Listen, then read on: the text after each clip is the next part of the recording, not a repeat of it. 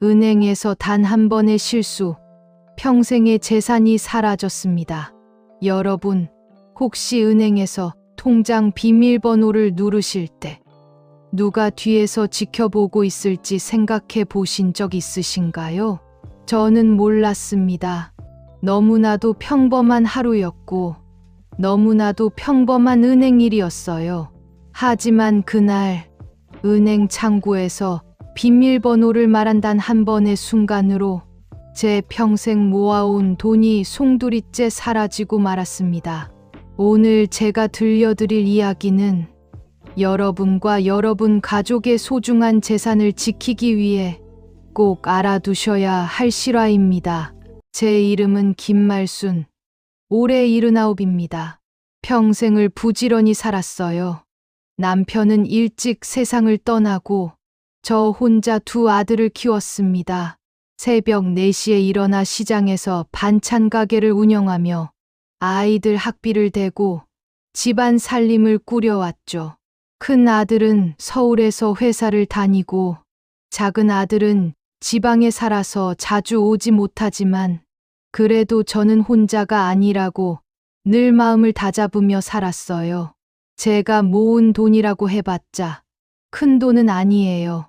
남편이 남긴 보험금 2천만 원, 제 작은 가게에서 평생 벌어 모은 돈 3천만 원, 손주들 학비 조금 보태주려고 아껴둔 적금 통장 1천만 원.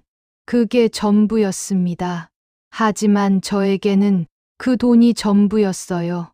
병원비도 걱정 없이 쓸 수 있고 손주들에게 용돈도 줄 수 있는 제 마지막 보루 같은 돈이었죠.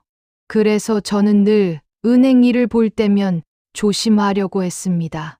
카드는 몸에 꼭 붙여서 관리하고 비밀번호도 복잡하게 만들어서 수첩에 적어두었어요. 그날도 그랬습니다. 단지 만기된 적금 통장 정리만 하려고 은행에 간 것이었죠. 그날이 2024년 11월 15일 목요일이었어요.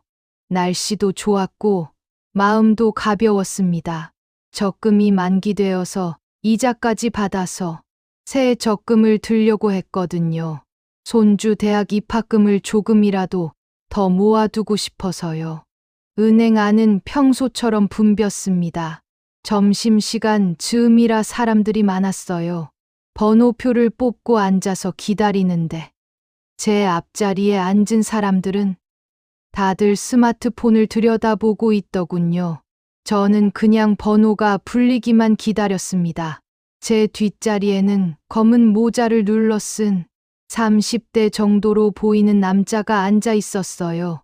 처음에는 별 생각 없었습니다. 그런데 지금 생각해보니 그 사람이 계속 저를 힐끔힐끔 쳐다보고 있었던 것 같아요. 92번 고객님, 제 번호가 불렸습니다. 창구로 걸어가니 25세 정도로 보이는 젊은 여자 은행원이 환하게 웃으며 맞아줬습니다. 어머니, 안녕하세요. 오늘 어떤 업무 보러 오셨어요? 적금 만기되어서 정리하러 왔어요. 새로 적금도 들려고 하고요. 아, 그러시구나. 통장하고 신분증 주세요. 금방 해드릴게요. 네, 여기 있습니다. 어머니, 비밀번호 여기 기계에서 입력해 주셔야 해요. 문제는 그때부터 시작됐습니다. 요즘 들어 손가락이 예전 같지 않아서 작은 버튼들을 누르기가 어려워졌거든요. 비밀번호를 입력하려고 하는데 자꾸 틀리는 거예요. 첫 번째 시도 실패, 두 번째 시도 또 실패, 세 번째 시도 역시 실패. 은행원이 걱정스러운 표정을 지으며 저에게 다가왔습니다. 어머니, 혹시 불편하시죠? 그럼 이렇게 해드릴게요. 비밀번호를 제게 살짝 말씀해 주시면 제가 대신 입력해 드릴게요. 더 빠르고 정확하게 처리해 드릴 수 있어요. 아, 그래도 될까요? 비밀번호를 다른 사람한테 말해도 되나요? 괜찮아요. 어머니, 저희가 매일 하는 일이에요. 어르신들 많이 도와드리거든요. 아무도 못 듣게 작게 말씀해 주세요. 그 순간 저는 정말 순진했습니다. 은행 직원이 그러는데 뭔 문제가 있겠어 하는 생각뿐이었어요. 그럼 4729예요. 제가 비밀번호를 말하는 순간 은행원이 고개를 끄덕이며 입력을 시작했습니다. 그런데 지금 생각해 보니 이상했어요. 제가 말하는 동안 은행원의 시선이 제 뒤쪽으로 잠깐 향했던 것 같았거든요. 하지만 그때는 그냥 업무가 잘 진행되는 게 다행이라고 생각했습니다. 네, 잘 처리됐어요. 적금 해지되고 이자까지 포함해서 1,050만 원이 입금됐습니다. 새 적금도 바로 가입해 드릴게요. 고맙습니다. 젊은 분이 참 친절하시네요. 에이, 당연한 일이죠. 또 오세요. 은행 업무를 마치고 나오는데 이상한 느낌이 들었습니다. 제 뒷자리에 앉아 있던 검은 모자 남자가 저보다 먼저 일어나서 은행을 나가고 있었거든요. 분명 저보다 늦게 왔는데 말이에요. 그리고 집으로 가는 길에 누군가 따라오는 기척이 느껴졌습니다. 발소리가 일정하게 제 뒤를 밟고 있었어요. 가던 길을 멈추면 뒤에 발소리도 멈추고 다시 걸으면 다시 들리고 하지만 대낮이었고 사람들도 많았으니까 설마 무슨 일이 있겠냐 싶었습니다. 집 앞 골목에 다다랐을 때 뒤를 돌아봤습니다.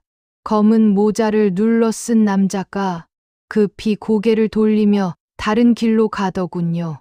얼굴은 제대로 보지 못했지만 은행에서 본 그 사람 같았어요. 그때도 그냥 우연의 일치겠지 하고 넘어갔습니다. 제가 너무 예민하게 생각하는 것 같았거든요. 그날 밤은 별일 없이 지나갔습니다. 저녁도 맛있게 먹고 드라마도 보고 일찍 잠자리에 들었어요. 내일은 큰아들이 손주 데리고 온다고 해서 마음도 설렜고요. 문제는 다음 날 아침에 터졌습니다. 오전 10시경이었어요. 집 전화가 울렸습니다. 고객님, 은행입니다. 김말순 고객님 맞으시죠? 네, 맞습니다. 인출 내역 확인차 연락드렸습니다. 오늘 새벽 2시 47분에 ATM에서 500만 원이 출금됐는데 고객님께서 직접 사용하신 건가요? 뭐라고요? 그 순간 온몸에 피가 거꾸로 도는 것 같았습니다. 새벽 2시에 500만 원이요? 아니에요. 저 그때 집에서 자고 있었는걸요. 그런데 사용된 비밀번호가 고객님 통장 비밀번호와 정확히 일치합니다. 정말 사용하지 않으셨나요? 아니라고요. 제가 왜 새벽에 500만 원을 뽑겠어요? 그리고 통장도 여기 제 가방에요? 그제야 확인해 본 제 가방 안에는 통장이 없었습니다. 분명히 어제 은행 갔다 와서 가방 안에 넣어뒀는데 흔적도 없이 사라져 있었던 거예요. 통장이 없어요. 누가 제 통장을 가져간 거예요. 고객님, 우선 진정하시고 지점으로 오시겠어요? CCTV 확인해서 정확한 상황을 파악해 보겠습니다. 그날은 정말 지옥 같았습니다. 은행에 도착해서 CCTV를 확인해 보니 새벽 시간에 제 통장으로 ATM에서 돈을 뽑아간 사람이 나왔어요. 검은 모자를 눌러 쓰고 마스크까지 착용해서 얼굴은 보이지 않았지만 체격이나 옷차림이 어제 제 뒤에 앉아 있던 그 남자와 비슷했습니다. 하지만 더 충격적인 건 그 다음이었어요. 고객님, 죄송하지만 또 다른 출금 내역이 있습니다. 또요? 새벽 3시 15분, 다른 ATM에서 700만 원이 더 출금됐습니다. 그리고 4시 22분에 300만 원이 더. 제가 어제 적금 해지해서 받은 1,050만 원, 그리고 원래 있던 저축 500만 원, 총 1,550만 원이 한밤 사이에 모두 사라져 버린 겁니다. 이럴 수가 있나요? 제 평생 모은 돈이 다리에 힘이 빠져서 은행 의자에 주저앉고 말았습니다. 60년 넘게 벌어서 모은 돈, 남편이 죽기 전에 말수나 이 돈만은 꼭 잘 지켜 하며 건넨 보험금, 손주들 대학 등록금 보태주려고 한 푼, 두 푼 모은 돈, 그 모든 게 하루 만에 사라져 버렸습니다. 은행에서 바로 경찰에 신고했습니다. 어르신, 혹시 최근에 통장을 분실하거나 누군가에게 빌려준 적 있으세요? 아니요, 절대요. 항상 가방 깊숙이 넣어서 다녔는걸요. 비밀번호는 어떻게 알아냈을까요? 다른 사람한테 알려준 적은요? 그게 어제 은행에서. 그제야 어제 일이 생각났습니다. 은행 창구에서 비밀번호를 말했던 그 순간, 어제 은행 창구에서 비밀번호 입력이 안 됐어. 은행원한테 말해줬어요. 그런데 그때 뒤에 앉아 있던 사람이, 그렇다면 그 사람이 들었을 수 있겠네요. 은행 CCTV 확인해 보겠습니다. 그날 밤, 잠을 한숨도 못 잤습니다. 내가 왜 그랬을까? 왜 은행원이 친절하다고 그냥 비밀번호를 말해줬을까? 왜 조금만 더 조심하지 않았을까? 자책의 말들이 머릿속에서 맴돌았어요. 그리고 분노도 치밀어 올랐습니다.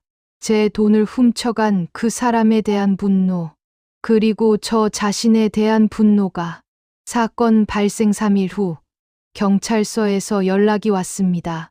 어르신, 중요한 사실이 밝혀졌습니다. 지서로 한번 오시겠어요? 경찰서에 가서 들은 이야기는 제가 상상도 못했던 내용이었습니다. 은행 CCTV를 자세히 분석한 결과 어르신께서 비밀번호를 말씀하실 때 뒷자리에 앉아 있던 남성과 창구 직원 사이에 은밀한 신호가 오갔습니다. 신호요? 네. 어르신이 비밀번호를 말씀하시는 동안 창구 직원이 그 남성을 바라보며 고개를 끄덕였습니다. 그리고 그 남성도 손가락으로 OK 사인을 보냈고요. 저는 귀를 의심했습니다. 그럼 그 은행원이 공범이라는 뜻인가요? 그렇습니다. 추가 조사 결과 이 창구 직원은 비정규직으로 3개월 전에 입사한 사람이었습니다. 그리고 그 남성과는 고등학교 동창 사이였고요. 세상에, 이들의 수법은 이렇습니다. 먼저 나이 드신 분들이 은행에 오면 창구 직원이 일부러 비밀번호 입력을 어렵게 만들거나 친절하게 도와드린다며 비밀번호를 불러달라고 합니다. 그 순간 공범이 뒤에서 듣고 있다가 나중에 통장을 훔쳐서 돈을 빼가는 거죠. 그 순간 제가 느낀 감정을 뭐라고 표현해야 할지 모르겠습니다. 분노, 배신감, 허탈감. 그 모든 감정이 한꺼번에 밀려왔어요. 제가 친절한 은행원이라고 생각했던 그 사람이 사실은 제 돈을 노리고 있었던 거였습니다. 제가 비밀번호 입력을 힘들어할 때 도와준다며 접근한 것도, 제 뒤에 공범을 앉혀놓고 신호를 주고받은 것도 모든 게 계획된 범죄였던 거죠. 다행히 두 사람 모두 체포했습니다. 그리고 이들이 같은 방법으로 피해를 입힌 어르신들이 더 계시더라고요. 총 7명의 피해자가 있었습니다. 그럼 제 돈은 돌려받을 수 있나요? 이미 많은 부분을 사용했지만 가능한 회수해서 피해자분들께 돌려드리도록 하겠습니다. 하지만 그때도 돈을 다 돌려받을 수 있을 거라고 기대하지는 못했어요. 범인들이 이미 돈을 많이 써버렸을 테니까요. 집에 돌아와서는 정말 멍하니 앉아 있기만 했습니다. 순식간에 제 전 재산이 사라졌어요. 평생을 모아온 돈, 손주들 대학 등록금으로 쓰려던 돈, 제 노후 자금으로 모아둔 돈, 모두 하루 만에 흔적도 없이 사라져 버렸습니다. 밤마다 잠이 오지 않았습니다. 눈을 감으면 그날의 기억이 계속 되살아났어요. 내가 왜 그때 비밀번호를 불러줬을까? 왜 조금만 더 조심하지 않았을까? 왜 그 사람이 따라오는 걸 눈치채지 못했을까? 자책이 꼬리에 꼬리를 물었습니다. 사건이 일어나고 일주일 후 큰아들한테 전화했습니다. 엄마, 웬일이세요? 목소리가 왜 이래요? 아들아, 엄마가 큰일 났어. 무슨 일이세요? 엄마 통장에 있던 돈이 다 없어졌어. 뭐라고요? 어떻게 된 거예요? 제가 그동안 일어난 일을 차근차근 설명했습니다. 아들은 한동안 말이 없더니 엄마 왜 그걸 혼자 감당하려고 하셨어요? 왜 진작 말씀 안 하셨어요? 미안해, 아들아. 엄마가 바보처럼 당해서 너희한테 짐만 되는 것 같아서. 엄마, 그런 말씀 마세요. 지금 당장 올라가겠습니다.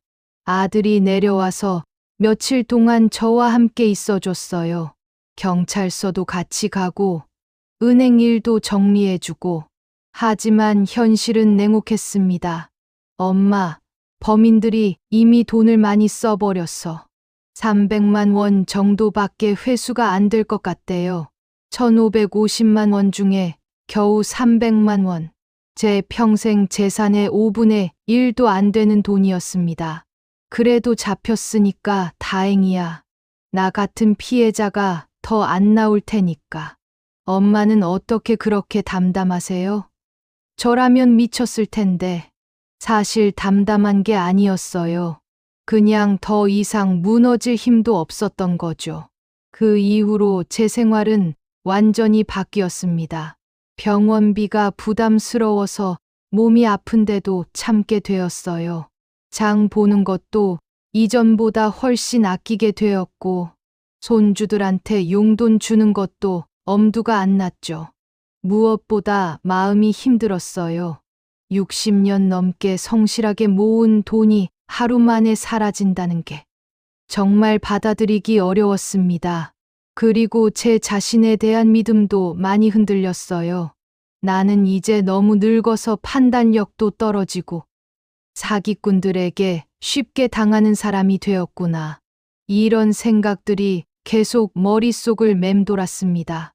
은행에 가는 것도 무서워졌어요. 혹시 또 누군가 저를 노리고 있는 건 아닐까? 제가 또 실수하는 건 아닐까?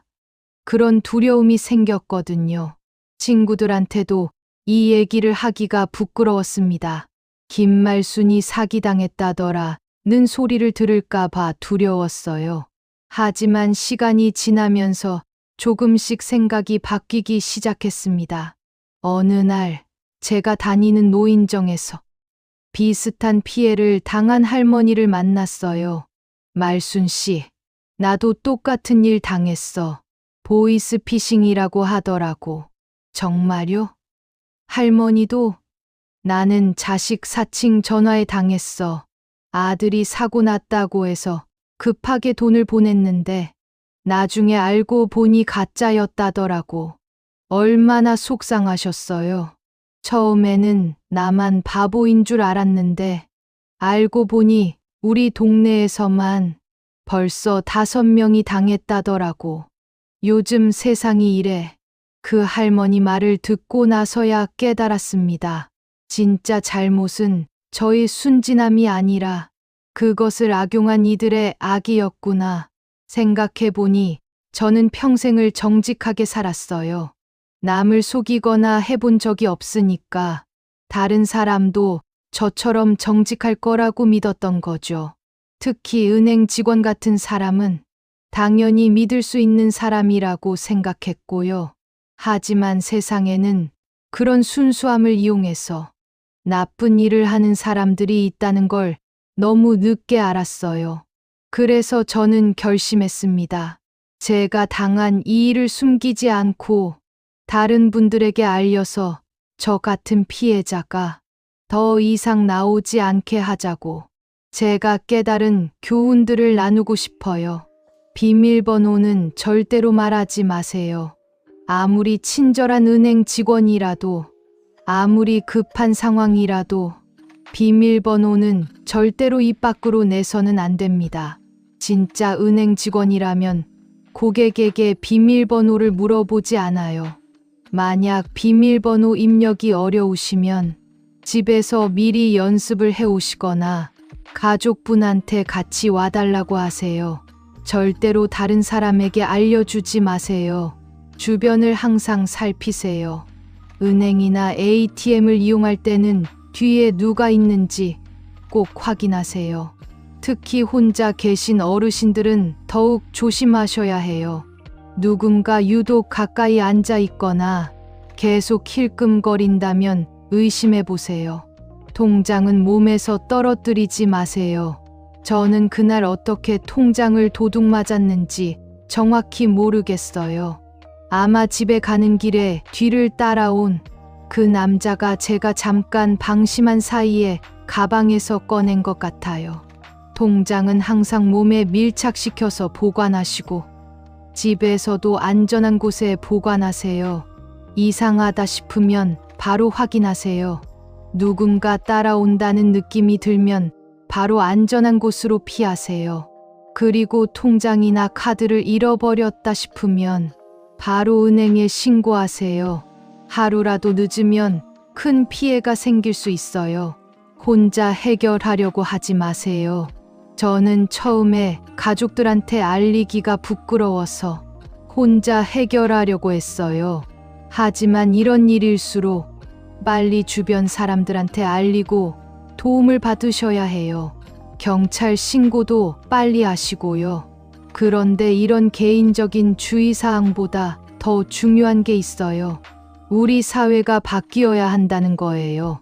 요즘 젊은 사람들은 스마트폰으로 뭐든 다 하잖아요. 은행 업무도, 쇼핑도, 모든 걸 핸드폰으로 해요. 하지만 저희 같은 나이 든 사람들은 그런 기술을 따라가기 어려워요. 그래서 여전히 은행 창구를 이용하고 현금을 많이 쓰고 종이 통장을 들고 다녀요. 그런데 사기꾼들은 바로 이런 점을 노리는 거예요. 여러분도 아시잖아요. 부모님이 나이가 들수록 고집이 세지고 괜찮다, 걱정하지 마라 이런 말씀만 하시죠. 하지만 이런 일만큼은 정말 조심하셔야 해요. 한 번 당하면 돈뿐만 아니라 마음에도 큰 상처가 남거든요. 저처럼 자존감도 많이 상하고 사람들을 믿기 어려워져요. 여러분은 어떻게 생각하시나요? 만약 여러분이 제 상황이었다면 어떻게 대처하셨을까요? 그리고 이런 사기를 예방하려면 어떤 방법들이 더 필요할까요? 댓글로 여러분의 생각을 꼭 남겨주세요. 여러분의 한마디가 또 다른 피해자를 막을 수 있을 거예요.